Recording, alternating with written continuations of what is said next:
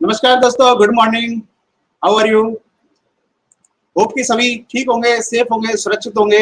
और जिन्होंने वैक्सीन का शेड्यूल जिनका है उन्होंने अपनी वैक्सीन लगवा ली होगी, क्योंकि ये बिल्कुल राइट समय है कि हमें इसमें किसी प्रकार की लापरवाही हमें नहीं बरतनी है।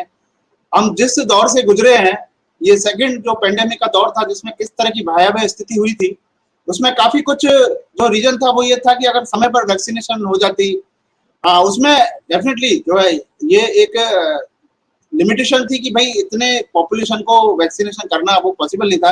लेकिन कई बार क्या है कि हमने खुद ने ही जो है उसमें लापरवाही बरती है।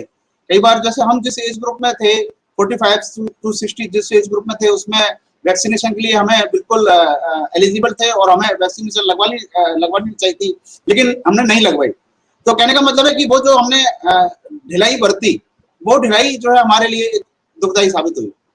तो अभी बिल्कुल एक समय है कि इस समय वैक्सीन जो है वो अवेलेबल है हर प्रकार से, हर शहर में और हर उस पर, और सरकार का पूरा प्रयास है कि ये वैक्सीनेशन का जो वो है वो सबको कवर हो। और यह जो है एक अच्छा प्रयास जो है वो चल रहा है। तो आप भी इसमें अपना पूरा पार्टिसिपेट करें और दूसरों को भी आप एजुकेट करें कि वो समय पर वैक्सीन लगवाए। तो दोस्तों चलिए, आज मैं बात करूंगा, वही बिजनेस की बात करूंगा। और बिजनेस क्योंकि मैं एज ए प्रोफेशनल डॉक्टर हूं, लेकिन मैं बिजनेस से जुड़ गया हूं, तो कुछ बिजनेस का जो ट्रांसफॉर्मेशन मेरे अंदर हुआ है, जो कुछ सीख मैंने बिजनेस से रिलेटेड ली है अपने मेंटोर से, अपने कोच, अपने गुरु से, और कुछ वीडियो से, बुक से, वो सारी सीख मैं आप लोगों को शेयर करता हूँ। आप सबसे मैं जुड़ता हूँ इसी बहाने, क्योंकि अगर मैं मेरे से प्रोफेशन की बात करूँ तो मैं कुछ लिमिटेड लोगों से जुड़ पाऊंगा। लेकिन जब मैं बिजनेस की बात करता हूँ तो मैं लार्जर सेगमेंट ऑफ सोसाइटी, क्योंकि हर परिवार में कोई ना कोई जो है वो बिजनेस कर रहा होता है, किसी भी प्रकार का, प्रोडक्ट सेलिंग का बिजनेस हो या सर्विस प्रोवाइडिंग का बिजनेस हो, कोई ना कोई बिजनेस जो है वो कर रहा होता है। तो कहने का मतलब है कि इससे मैं ज्यादा लार्जर सेगमेंट ऑफ सोसाइटी से मैं जुड़ पाता हूँ। इसलिए मैं एक तरह से इस ब्लेसिंग मानता हूँ कि मैं इस बिजनेस प्रोफेशन से जुड़ा हूँ, प्रोफेशन के साथ साथ बिजनेस से जुड़ा हूँ, तो मुझे आप सबसे कनेक्ट होने का मौका मिला है। तो अब मैं आपसे बात करूंगा उस बिजनेस की कि जो भी आप बिजनेस कर रहे हैं उस बिजनेस को कैसे आपको और उसे आगे बढ़ाना है, बिजनेस को क्रिएट कैसे किया जाता है, उसको क्या इसमें ध्यान रखने वाली बातें हैं जिससे कि हम बिजनेस को एक सक्सेसफुल बिजनेस बना सके। जो भी कोई स्टार्टअप है, देखिए बिजनेस एस्टैब्लिश कब होता है? पहले वो स्टार्टअप होता है, फिर वो बिजनेस का रूप लेता है। तो स्टार्टअप में ही हम कुछ बातों का ध्यान रखेंगे तो वो एक सक्सेसफुल बिजनेस बन पाएगा। तो मैं ये जो बातें आज शेयर कर रहा हूँ वो बातें शेयर कर रहा हूँ, एक बुक है लीन स्टार्टअप, एक बहुत लाइफ चेंजिंग बुक है एक बिजनेस लोगों के लिए, एंटरप्रेन्योर लोगों के लिए। वो हर कोई जो एंटरप्रेन्योर है उस बुक को जरूर पढ़ता है, लीन स्टार्टअप। तो उस लीन स्टार्टअप बुक्स की कुछ जो बातें हैं उनको मैं शेयर करूंगा आपसे, कि कुछ 5 ऐसे तो उसमें काफी सारे जो है पॉइंट्स हैं, 12-15 पॉइंट्स हैं, टॉपिक्स है जिन पर की बातें होती है, लेकिन मैं सिर्फ और सिर्फ वो 5 जो इंपॉर्टेंट टॉपिक्स है उन पर मैं बात करूंगा कि कैसे उनको हम अपना के और अपने बिजनेस को एक सक्सेसफुल बिजनेस बना सकते हैं। तो मैं चलता हूँ मैं माइंड मिस्टर टूल से और हम बात करते हैं। तो दोस्तों ये जिसकी मैं बात कर रहा हूँ वो डिपेंड करता है कि हम क्या करते हैं। कई बार के आइडिया हमारे पास होता है और हम सोचते हैं ब्रिलियंट आइडिया है और रिसोर्सेज हमारे पास में है, लेकिन एक्चुअली हम ये नहीं समझ पाते कि सिर्फ और सिर्फ आइडिया काम नहीं चलेगा, काम आएगा एग्जीक्यूशन, कि आपने उस आइडिया को एग्जीक्यूट किया और एग्जीक्यूट के साथ में उस आइडिया को आपने मार्केट फिट किया, यानी मार्केट के साथ में वो आइडिया आपका और फिट हुआ। आपको कितना ही बढ़िया आइडिया हो, कितना बढ़िया आप प्रोडक्ट बना लें, लेकिन अगर वो मार्केट में उसको एक्सेप्ट नहीं किया और मार्केट की डिमांड के हिसाब से वो प्रोडक्ट नहीं हुआ ना, तो वो आपका आइडिया फेल हो जाएगा।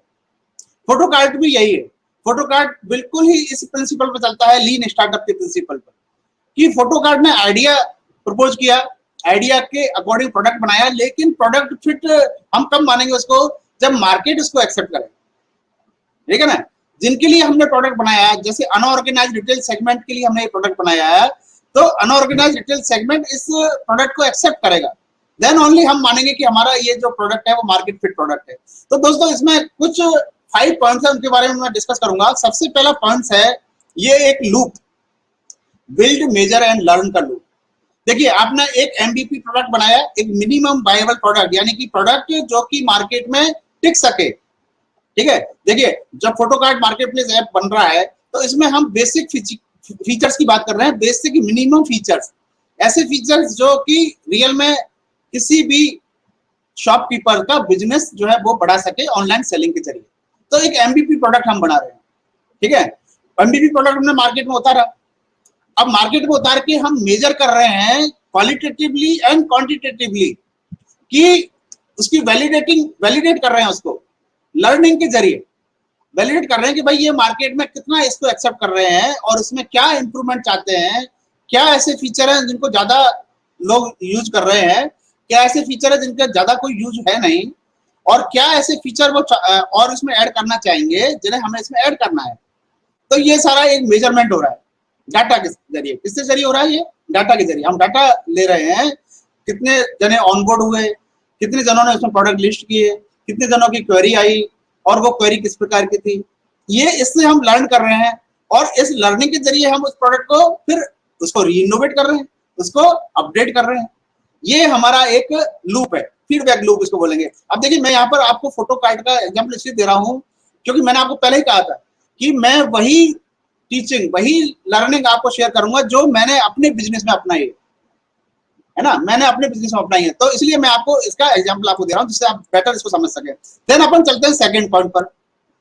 देखिए, सेकंड पॉइंट है everything is a ground experiment. देखिए, आप कितना बढ़िया प्रोडक्ट बना ले, अगर आपने उसको ग्राउंड में एक्सपेरिमेंट नहीं किया ना, आपने ग्राउंड में उसकी रियलिटी चेक नहीं की है ना, तो आप फेल हो गए। प्रोडक्ट बनाने से कुछ नहीं होता है, प्रोडक्ट को आपको मार्केट में उसको उतार के आपको चेक करना पड़ेगा कि वो जरूरत पूरी कर रहा है कि नहीं कर रहा है ना। ये आपको फीडबैक लेने पड़ेंगे, आपको वैल्यू रिफाइन करनी पड़ेगी, आपको उसको है ना अडॉप्ट करना पड़ेगा, मार्केट की नीड के हिसाब से उसको अडॉप्ट करना पड़ेगा। तो आपको देखना पड़ेगा कि आपने एक्चुअल में प्रॉब्लम रिकॉग्नाइज की है कि नहीं की है, और आपका प्रोडक्ट एक्चुअल में मार्केट की प्रॉब्लम सॉल्व कर रहा है कि नहीं कर रहा है।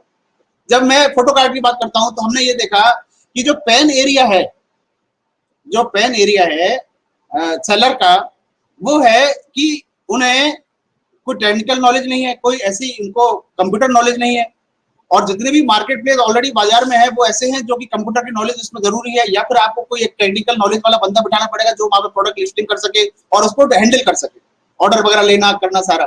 दूसरा, उसमें हाई कमीशन, इतना कमीशन अफोर्ड नहीं कर सकते। तीसरा, उनकी स्ट्रिक्ट शॉप पॉलिसी, उनकी जो रिटर्न और रिफंड की पॉलिसी है वो इतनी स्ट्रिक्ट है कि वो अफोर्ड नहीं कर सकते, इतना रिटर्न को एक्सेप्ट नहीं कर सकते। भाई 30-40% रिटर्न आ रहा है, वो कहाँ अफोर्ड करेंगे, ये उनका सारा मार्जिन इसमें चला जाएगा, ठीक है ना।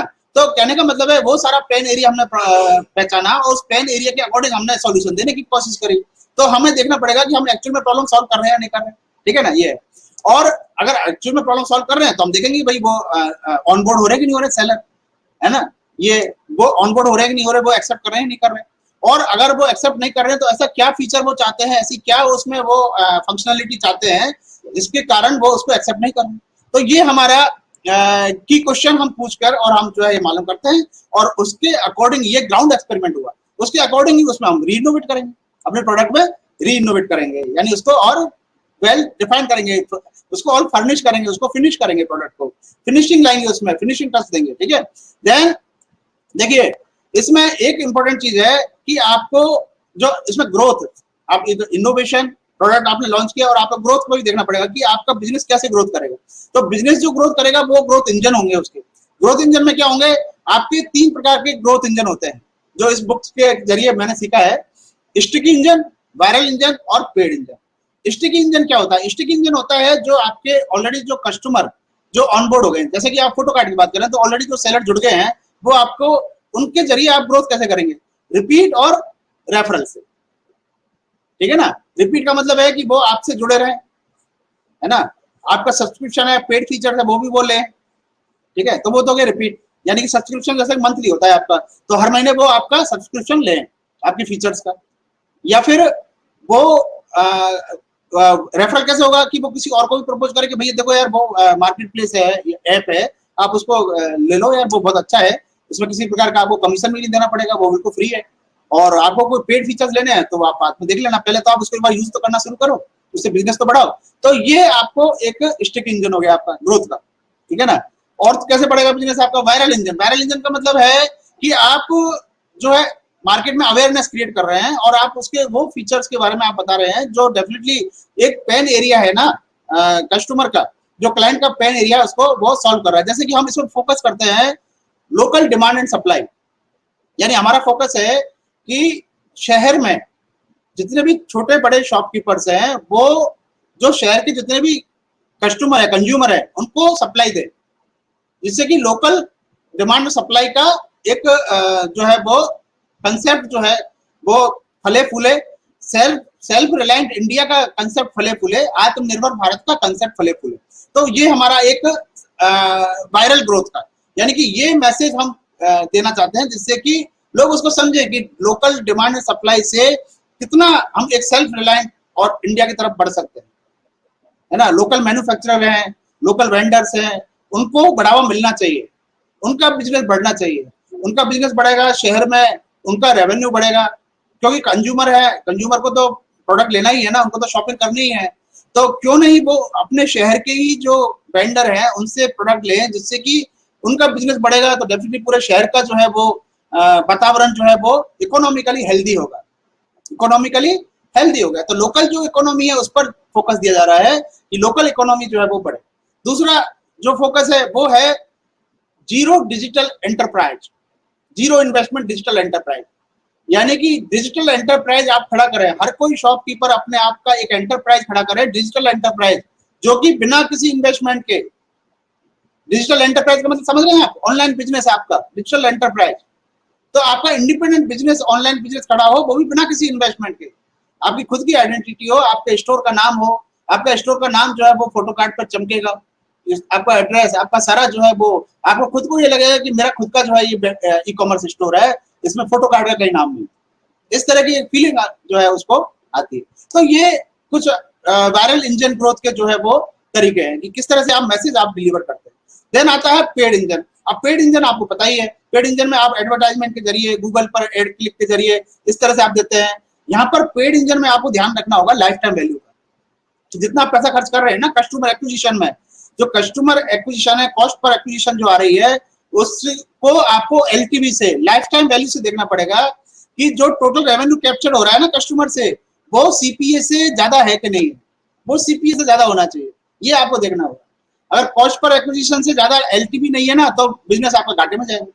तो ये ग्रोथ के कुछ पैरामीटर्स होते हैं। देन हम आते हैं नेक्स्ट जो पॉइंट है, फोर्थ पॉइंट है पाइवोट और परसिवियर। ये बड़ा इंपॉर्टेंट है। पाइवोट और परसिवियर का मतलब क्या हुआ, देखिए, अगर आपका जो कंसेप्ट है, जो भी आपका प्रोडक्ट या सर्विस, जो कंसेप्ट आप लेके आए हैं और कंसेप्ट को आपने वैलिडेट कर लिया, मार्केट में उसका रिसर्च कर लिया और आपने उस कंसेप्ट को मार्केट में उतारा और वो एक्सेप्टेबल हुआ, लोगों ने उसमें रुचि दिखाई, तो आप परसिवियर करिए, यानी कि आप फिर उसको कंटिन्यू करिए और उस पर आप हार्ड वर्क करिए, परसिस्टेंटली हार्ड वर्क करिए उस पर। जो भी ग्रोथ ऑफ इंजन है जो आप यूज कर रहे हैं, चाहे वो वायरल इंजन है, स्टिकी इंजन है या पेड इंजन है, आप उस ग्रोथ इंजन के जरिए और अपने बिजनेस को आप बढ़ाइए, ग्रोथ करिए, उसको ज्यादा से ज्यादा जो मार्केट है उस मार्केट का शेयर आप उससे लीजिए। ये इंपॉर्टेंट है, ठीक है। आप इसमें एक से ज्यादा ग्रोथ इंजन भी यूज कर सकते हैं, लेकिन अगर वो जो कंसेप्ट है वो मार्केट फिट नहीं है, तो आपको क्या करना पड़ेगा, पाइवोट, यानी कि वापस आपको उस लूप पर आना पड़ेगा। जो मैंने बिल्ड मेजर लर्न वाला लूप बताया ना, आपको वापस उस में पाइवट करना पड़ेगा, वापस आना पड़ेगा। आप कैसे कर सकते हैं, आप zoom in, refocusing the product on just one feature of a large. देखिए, आपको पूरा प्रोडक्ट है, इतना बड़ा प्रोडक्ट है, उसमें आप देखिए कि कौन सा ऐसा फीचर है जो कि सबसे ज्यादा पसंद आता है कस्टमर को, तो आप उस फीचर को जो है जूम इन करिए या जूम आउट। आप क्या करें कि जो ब्रॉडर प्रोडक्ट है उस पर आप जूम आउट करें, जिससे कि लोग जो है वो उस ब्रॉडर जो है वो प्रोडक्ट पर्सपेक्टिव से उसको देख सकें, तब उनको लगे कि हाँ यार ये प्रोडक्ट सही है, ठीक है। देन कस्टमर सेगमेंट को आपको हो सकता है आपको ये देखना पड़ेगा कि जो कस्टमर सेगमेंट है उस ऑडियंस को फोकस करके आपको हो सकता है कस्टमर सेगमेंट चेंज करना पड़े कि भाई जो प्रोडक्ट आपने बनाया वो इस कस्टमर सेगमेंट के लिए नहीं है, ये दूसरे कस्टमर सेगमेंट के लिए, तो आपको उसको रीफोकस करना पड़े। कस्टमर नीड के अकॉर्डिंग आपको अपने उसमें जो प्रोडक्ट है उसमें आपको उसमें चेंजेस करना पड़े कि कस्टमर तो ये चाहता है और मेरा इसमें तो अभी है नहीं, तो मुझे इसमें चेंज करना पड़ेगा। प्लेटफॉर्म पाइवोट, कभी बार क्या होता है कि आपने जैसे प्लेटफॉर्म बनाया, ठीक है ना, तो वो जैसे डायरेक्ट कस्टमर सॉल्यूशन प्रोवाइड कर दे या फिर वो सेल्फ सर्व प्लेटफॉर्म आप प्रोवाइड करें। कहने का मतलब है कि आपको प्लेटफॉर्म भी चेंज करना पड़ सकता है। जैसे आपने कहा कि भाई जैसे फोटो कार्ड में आप देखिए, फोटो कार्ड में दोनों ही यूटिलिटी है कि आप सेल्फ पिकअप कर सकते हैं जाके सेलर के पास में, या फिर आप होम सर्विस ले सकते हैं। अब आपको देखना होगा कि भाई कौन सा फीचर ज्यादा कस्टमर जो है वो एक्सेप्ट कर रहे हैं, तो आपको उस फीचर पर ज्यादा ध्यान देना पड़ेगा। अगर सेल्फ पिकअप है तो आप इस तरह के फीचर उसमें देखेंगे जिससे कि कस्टमर की ये डिमांड पूरी हो। या होम सर्विस का ज्यादा है तो फिर आप क्या देखेंगे कि आपको उसमें लॉजिस्टिक पर ज्यादा ध्यान देना पड़ेगा, जिससे कि जो प्रोडक्ट सेलर से और बायर तक टाइमली डिलीवर्ड हो जाए, है ना। तो इस तरह से आपको देखना होगा। बिजनेस आर्किटेक्चर कई बार आपको चेंज करना पड़ेगा, आपको high profit, low profit, high margin, low margin, volume पर आपको देखना पड़ेगा, आपको कॉस्ट एनालिसिस करना पड़ेगा, उस पर आपको कुछ अपनी स्ट्रेटजी चेंज करनी पड़ सकती है।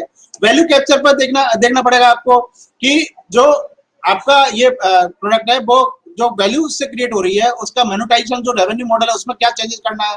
ग्रोथ इंजन जो मैंने आपको बताया था, जो 3 तरह के ग्रोथ इंजन है, उसमें आपको देखना पड़ेगा कौन सा ग्रोथ इंजन आपको ज्यादा इसमें यूज करना है। देन चैनल, जो डिस्ट्रीब्यूशन चैनल है उसमें आपको देखना पड़ेगा कि कौन सा ऐसा सॉल्यूशन है जो उसमें ज्यादा इसकी इफेक्टिवनेस उसकी क्रिएट करेगा, है ना। फ्रेंचाइजी जो आपको करनी है, जो बिजनेस पार्टनर आपको बनाने हैं, उसमें आपको कुछ चेंजेस करने पड़ सकते हैं, या फिर टेक्नोलॉजी में आपको चेंज करना पड़ सकता है जिससे कि डिफरेंट टेक्नोलॉजी यूज करके आप उस प्रोडक्ट को बेहतर बना सकें। तो ये आपके कुछ चेंजेस हैं जो आपको करने होंगे, यानी कि आपके प्रोडक्ट में एक ये ऐसे चेंजेस नहीं है, कोई छोटे छोटे चेंजेस नहीं है, ये कई बार बिल्कुल ड्रास्टिक चेंजेस होते हैं जो आपके पूरे प्रोडक्ट को ही चेंज कर सकते हैं। लेकिन जरूरी हो जाएगा भाई, जरूरी हो जाएगा क्योंकि आपको अल्टीमेटली तो मार्केट की नीड पूरी करनी है ना, कस्टमर की प्रॉब्लम सॉल्व करनी है, तो आपको इन एरिया पर आपको फोकस करना पड़ेगा। देन आता है सबसे इंपॉर्टेंट सेगमेंट जो है वो है इसका मेजर का। देखिए कोई भी प्रोडक्ट है, आपने उसको लर्न कर रहे हैं, आप मार्केट की नीड समझ रहे हैं, आप उसके अकॉर्डिंग उसको री इनोवेट कर रहे हैं, उसको आप रीडिफाइन कर रहे हैं, उसको आप रीमॉडिफाई कर रहे हैं, सब कुछ कर रहे हैं। उसके बाद में भी आपको मेजर तो करना पड़ेगा ना कि आपको ये देखना पड़ेगा कि कितना जो है उसको अब एक्सेप्ट किया जा रहा है, कितना उसमें जो है वो लोग जो है उससे जुड़ रहे हैं, ये आपको मेजर करना होगा। और मेजर का जो तरीका है ना, वो आपको ये 3 स्टेप आते हैं इसमें। मेजर जो है वो एक्शनेबल होना चाहिए, क्लियरली होना चाहिए, पता लगना चाहिए कि वास्तव में आपको जो की पैरामीटर्स हैं, जो की परफॉर्मेंस इंडिकेटर है, उनको आप पहचान पाए कि आपका प्रोडक्ट जो है वो इफेक्टिव है या नहीं है, वो आपको रेवेन्यू दिला सकता है, नहीं दिला सकता, वो आपकी बिजनेस की ग्रोथ कर सकता है, नहीं कर सकता है। एक्सेसिबल होना चाहिए, यानी कि जो भी मेजरमेंट के जो आप कर रहे हैं, टूल्स आप यूज कर रहे हैं, वो सिंपल होने चाहिए, कोहॉर्ट बेस्ड होने चाहिए, ऑडियंस के समझ में आने चाहिए, और ऑडियंस उसमें पार्टिसिपेट करे। ऑडियंस का मतलब है वो जो कस्टमर, जो क्लाइंट है, वो उसमें पार्टिसिपेट करें जिससे कि आप उनको मेजर कर सके। और ऑडिटेबल होने चाहिए, यानी उनको आप एनालिसिस कर सकें, है ना, उनको आप वैलिडेट कर सकें, उनको रिप्रोड्यूस कर सकें, उनको आप एनालिसिस कर सकें। तो ये मेजरमेंट पे आपको ध्यान देना है। तो दोस्तों ये थी बात आपके कुछ आइडियाज। इसमें एक केस स्टडी मैं आपको बताता हूँ, बहुत इंपॉर्टेंट केस स्टडी इसमें दी हुई है। वो केस स्टडी है आपके बरबॉन टू इंस्टाग्राम। देखिए एक ऐप आया था मार्केट में, और वो ऐप क्या था, वो एक तरह से गेम ऑनलाइन गेमिंग का एक फीचर था, है ना, बरबॉन नाम से, ठीक है। तो वो मार्केट में होता रहा। अब मार्केट में देखा गया कि कस्टमर जो है उसमें कोई भी फीचर ज्यादा यूज नहीं कर रहे थे, लेकिन उसमें एक फीचर को बड़ा कस्टमर को पसंद आया, क्लाइंट्स को जो है वो एक फीचर बड़ा पसंद आया उसमें, और वो फीचर था उससे फोटो लेना। यानी कि वो मोबाइल के कैमरे को यूज करके और इंस्टेंट फोटो लेता था और उस फोटो को अपलोड करता था उस पर, साइट पर, उनके उस ऐप पर वो अपलोड कर देता था। ये एक फीचर था जिसको बहुत पसंद किया, जो क्लाइंट्स है उन्होंने बहुत पसंद किया। अब इसको पहचान लिया, और इसको पहचानने के बाद में सिर्फ और सिर्फ उस फीचर को ही डेवलप किया, बाकी सारे फीचर हटा दिए, और वो बन गया इंस्टाग्राम। आप समझ रहे हैं? तो ये है इसका कंसेप्ट कि कैसे हम जो है जो भी प्रोडक्ट, हम जो भी आइडिया हम मार्केट में उतार रहे हैं, उसको कैसे, उसको जो मार्केट की जो सर्वे है, मार्केट की नीड के अकॉर्डिंग, और मार्केट में जो हम मेजरमेंट किए, जो डाटा जो हमने मेजरमेंट किए उसके अकॉर्डिंग, और हमने उसको बिल्कुल ही रीडिफाइन कर दिया, बिल्कुल ही उसको चेंज कर दिया, और अल्टीमेटली क्या बन के आया, इंस्टाग्राम बन के आया, है ना। ये आपको हर जगह मिलेगा। फेसबुक जो है, फेसबुक पर भी आप देखो, उसकी स्टोरी देखो आप, है ना, यूट्यूब की स्टोरी देखो, इन सब की स्टोरी आप देखिए, क्या प्रोडक्ट था और क्या बन के निकला, है ना, क्या प्रोडक्ट था और क्या बन के निकला। आप इसको गूगल पे सर्च करना, आपको पता लगेगा कि यूट्यूब पहले क्या था, है ना। ये टिंडर जो है पहले क्या था, आपके फेसबुक पहले क्या था, ये सब आपको पता लगेगा। तो आज फेसबुक का इतना बड़ा सेगमेंट हो गया, इतना जो है लार्जर जो है मार्केट की नीड को वो कर रहा है, लेकिन शुरू में क्या था, है ना, वो आपको देखना होगा। तो कहने का मतलब है ये सब जो है स्टार्टअप होते हैं वो इस तरह से ही शुरू होते हैं, छोटे आइडिया को लेकर शुरू होते हैं, उस आइडिया को मार्केट में उतार के उसका देखते हैं, रेस्पॉन्स देखते हैं, उसका फीडबैक देखते हैं, उसके अकॉर्डिंग उसको और रिडिफाइन करते हैं उसको, और मार्केट फिट बनाते हैं, एमवीपी प्रोडक्ट से शुरू करते हैं। उसके बाद तो आप देखिए अमेजोन जो है वो बुक स्टोर से शुरू हुआ, है ना, बुक स्टोर से शुरू हुआ, बुक्स सिर्फ बुक सेलिंग का काम था, लेकिन फिर बाद में आज अमेजोन के कितना क्या नहीं है, अमेजोन प्राइम, अमेजोन का आपके AWS जो उसकी वेब सर्विस है ना, तो अमेजोन प्राइम, ये कहने का मतलब है कि इतने सारे उसमें मार्केट में घुस गया, है ना। लेकिन शुरुआत किससे हुई थी, सिर्फ एक प्रोडक्ट से, और वो MVP क्या था, book store, book selling, online book selling. तो ये सभी स्टार्टअप के साथ में ऐसा होता है। तो अगर आपको किसी प्रकार का बिजनेस आपको शुरू करना है तो आपको ये चीजें ध्यान रखना पड़ेगा। दोस्तों मैं बस यही बताना चाह रहा था। इसके अलावा मैं जो बात करता हूँ आपको पता ही है, मैं इस फोटो कार्ड की बात करता हूँ, इस मार्केट प्लेस ऐप की बात करता हूँ। ये एक प्रकार का ऑनलाइन सेलिंग का एक टूल है, जो हर कोई प्रोडक्ट सेलिंग का काम करता है या सर्विस प्रोवाइडर का काम करता है, वो इस टूल को यूज कर सकता है। सर्विस प्रोवाइडर भी किसी प्रकार की होम सर्विस आप प्रोवाइड करते हैं तो आप इस टूल से जरूर आप जुड़िए। यहाँ पर आप अपने आप को रजिस्टर करिए और आप अपना जो भी सर्विस है उसको आप अपने बैनर के जरिए शेयर कर सकते हैं। अपने शहर के जितने भी आपके क्लाइंट है, जो एग्जिस्टिंग क्लाइंट है, उनको भी आप बता सकते हैं। बाकी जो नए क्लाइंट होंगे वो तो डेफिनेटली देखेंगे, सर्च में आपका उनको नजर आएगा कि आपकी सर्विस कोई है, तो वो आपको और कॉन्टेक्ट करेंगे और आपसे सर्विस बुक कराएंगे। तो दोनों के लिए ये वर्क करेगा। तो आप खुद अगर किसी प्रकार के प्रोडक्ट सेलिंग का सर्विस प्रोवाइडर का काम नहीं करते हैं, तो आपके परिवार में कोई करता है या फिर आपके फ्रेंड, उनको आप इसे जरूर एक बार बताएं। बाकी आप इसी तरह मेरे से जुड़े रहें, और मेरा यूट्यूब चैनल है बिजनेस सिंप्लीफाइड नाम से, आप उससे भी जुड़ सकते हैं मेरे से। इसके अलावा आप मेरे फेसबुक पेज से जुड़ सकते हैं, मेरा ये फेसबुक पेज है डॉक्टर मुकेश गर्ग फोटोकार, जिससे आप जुड़ सकते हैं। जहां भी आप मेरे से जुड़ना चाहें, बस आप कनेक्टेड रहिए, और मेरे कमेंट बॉक्स में भी आप बताते रहिए कि आपको ये वीडियो कैसे लगते हैं, और कुछ टॉपिक्स आप सजेस्ट करिए कि किस टॉपिक्स पर और हम वीडियो बनाएं। थैंक यू, जय हिंद।